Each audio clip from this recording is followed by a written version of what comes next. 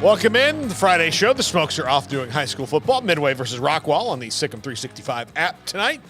Also, Garrett will be leaving us shortly to go set up for China Spring versus Connolly, also on the Sikkim 365 app and on Sikkim365.com. Zach Barnett, footballscoop.com, one of my favorite guests to have. And Zach, let's talk about it right off the bat. As a radio guy myself, anytime that the ticket launches a new thing or somebody gets a gig at the ticket, it's a big deal. It is,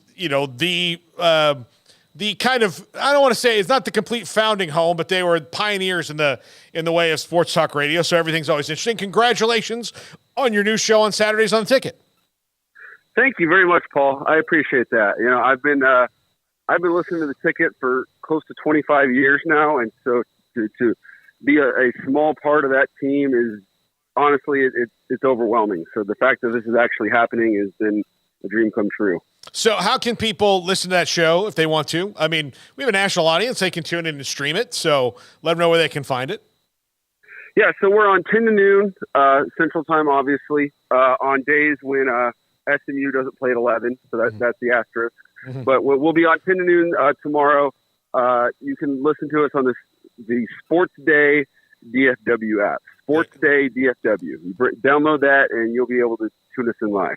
There you go. And Zach, this is schedule-wise, and I know that in prepping for your show tomorrow and doing columns this week, you know that this is not the week that next week is, which is it's like an all-you-can-eat buffet of unbelievable games next Saturday that we have. This week is more of we'll call it a transitional week in the schedule.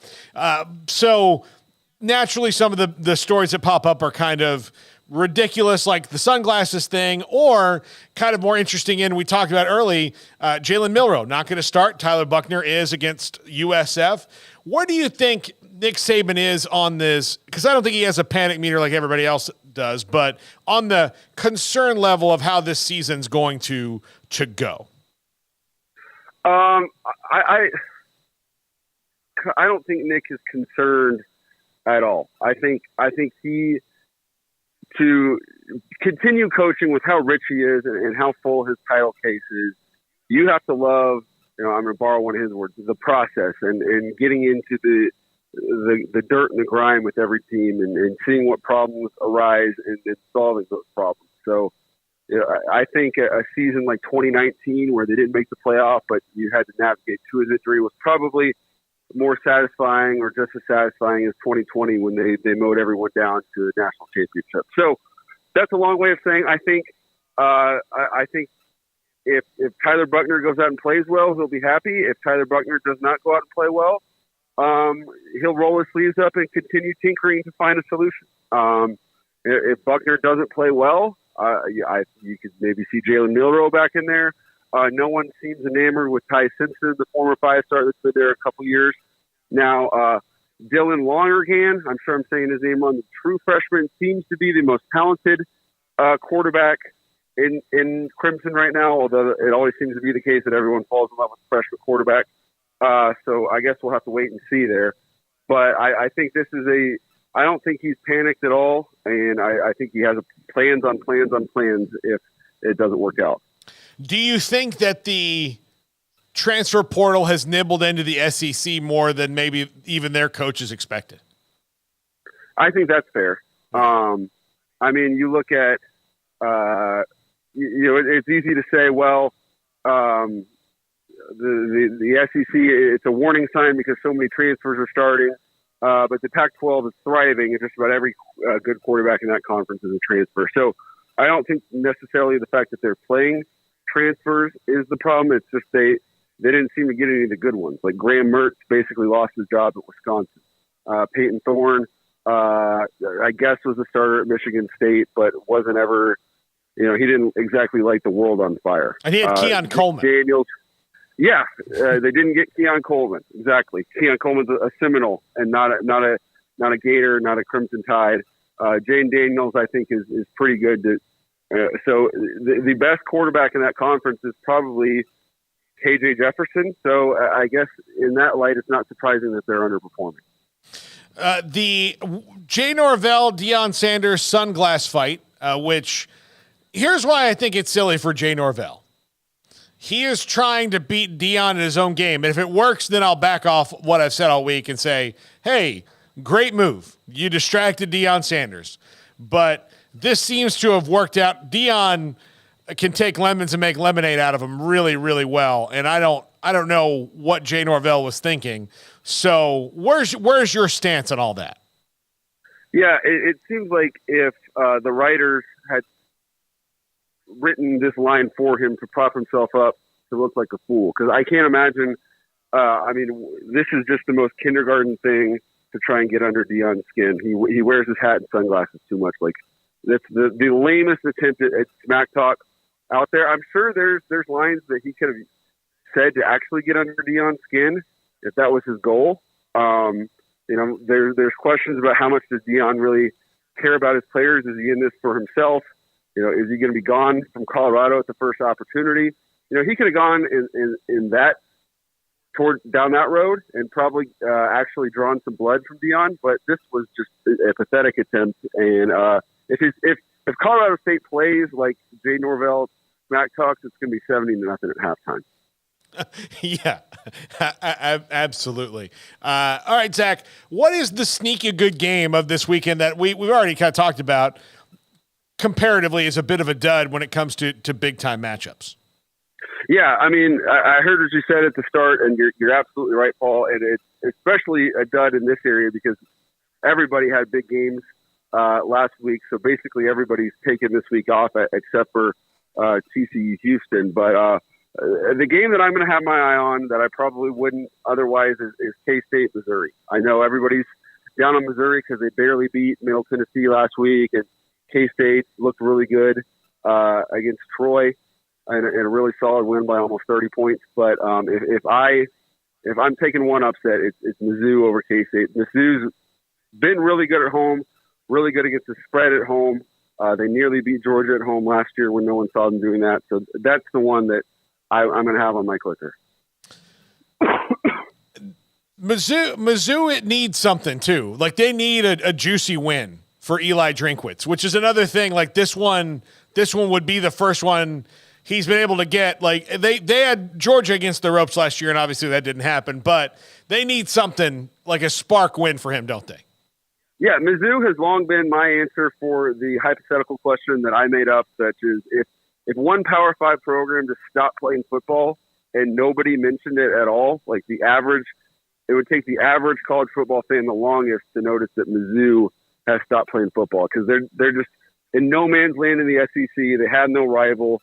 Their only historical significance is crazy losses. Like they just kind of exist, and I think they easily get lost in the shuffle, even as an SEC team. So yeah, they need something to get people's attention. What do you sense is different about this year's version of Texas to the other previous Texas is back versions of Texas? I think they got really good players and really good coaches, and they have a lot of veteran players that have been playing for the same coaches for 3 years now. So I think you could chart how many times since 2010 has any single position had the same coach for 3 years in a row, or the same coordinator for 3 years in a row. And it probably hasn't happened. And Steve Sarkisian's the best offensive coordinator they've maybe ever had. Pete Kwiatkowski is the best defense coordinator they've maybe ever had. And they have 12 guys that I think are going to at least be in NFL training camps next year, not to mention guys that could be first-round picks down the line like Kelvin Banks and Anthony Hill. And not to mention even then Arch Manning. So, they've got really good players and really good coaches, and they've got a system in place, and they've got belief, and the strength coach has been there for 3 years now. So it's surprising only if you haven't been paying attention. The saying goes, you can make chicken crap into chicken salad. They were doing it the other way, when it came to recruiting for a long time. And I remember like before the draft last year, just seeing kind of the stat of like the teams with the most players in the league. And for a long time, the Texas Longhorns would be on that list. And there were just so few over this decade of them where they just weren't getting guys drafted, especially the last few years of Tom Herman. that now, like you mentioned, that they've got 12 guys who are going to be on training camp rosters next year. That is not something that they were able to say during the darkest days of this skid. No, I think if you trace back to 2010, it was, the last years of Mac, he was constantly changing coordinators and changing philosophies. They were changing presidents, changing ADs, changing coaches. And, they've got a president on board that's going to be that, is all in behind football and is going to be there a while. The board chairman's all in on football, going to be there a while. They got one of the best ADs in the country in Chris Del Conte. Year 3 under their head coach. Year 3, same offensive system. Year 3, same defensive system. Year 3, same strength and conditioning system. And they've recruited really well. And so if you're recruiting well, but you're constantly changing things within the building, it's going to lead to higher attrition, higher misses. So they've got a foundation in place that can allow, the players that they've recruited to actually thrive and live up to their billing. Zach Barnett, footballscoop.com. Zach, this has also been a week where, and we had John Bryce on the other day talking. He's done a great job for you guys covering the Mel Tucker situation. That's been going on. That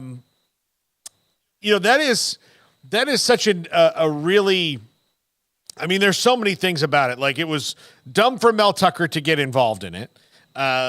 It was Michigan State, once again, handled this about as poorly as you could. Mark D'Antonio is back, even though they seem to forgot why he retired in the first place, which was because of things like this. What is the future for them if they don't get out of their own way? That's a great question.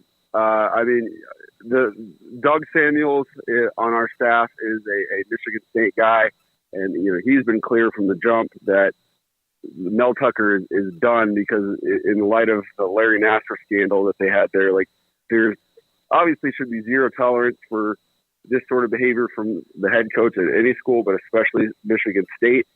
And so, the fact that they're trying to paper this over as, we knew about this, but we didn't know about it until the USA Today report, but the investigation's been going since December and blah, blah, blah. It obviously does not paint the picture of an AD in a university that has its ducks in a row.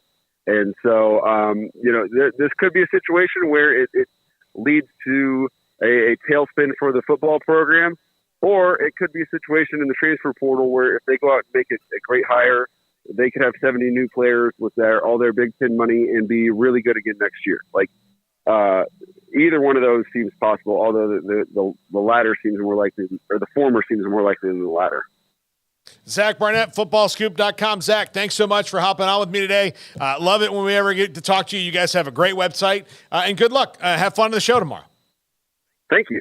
All right, Zach Barnett, footballscoop.com, and on the Ticket Sports Day DFW app. So download that. Listen to his show if you'd like.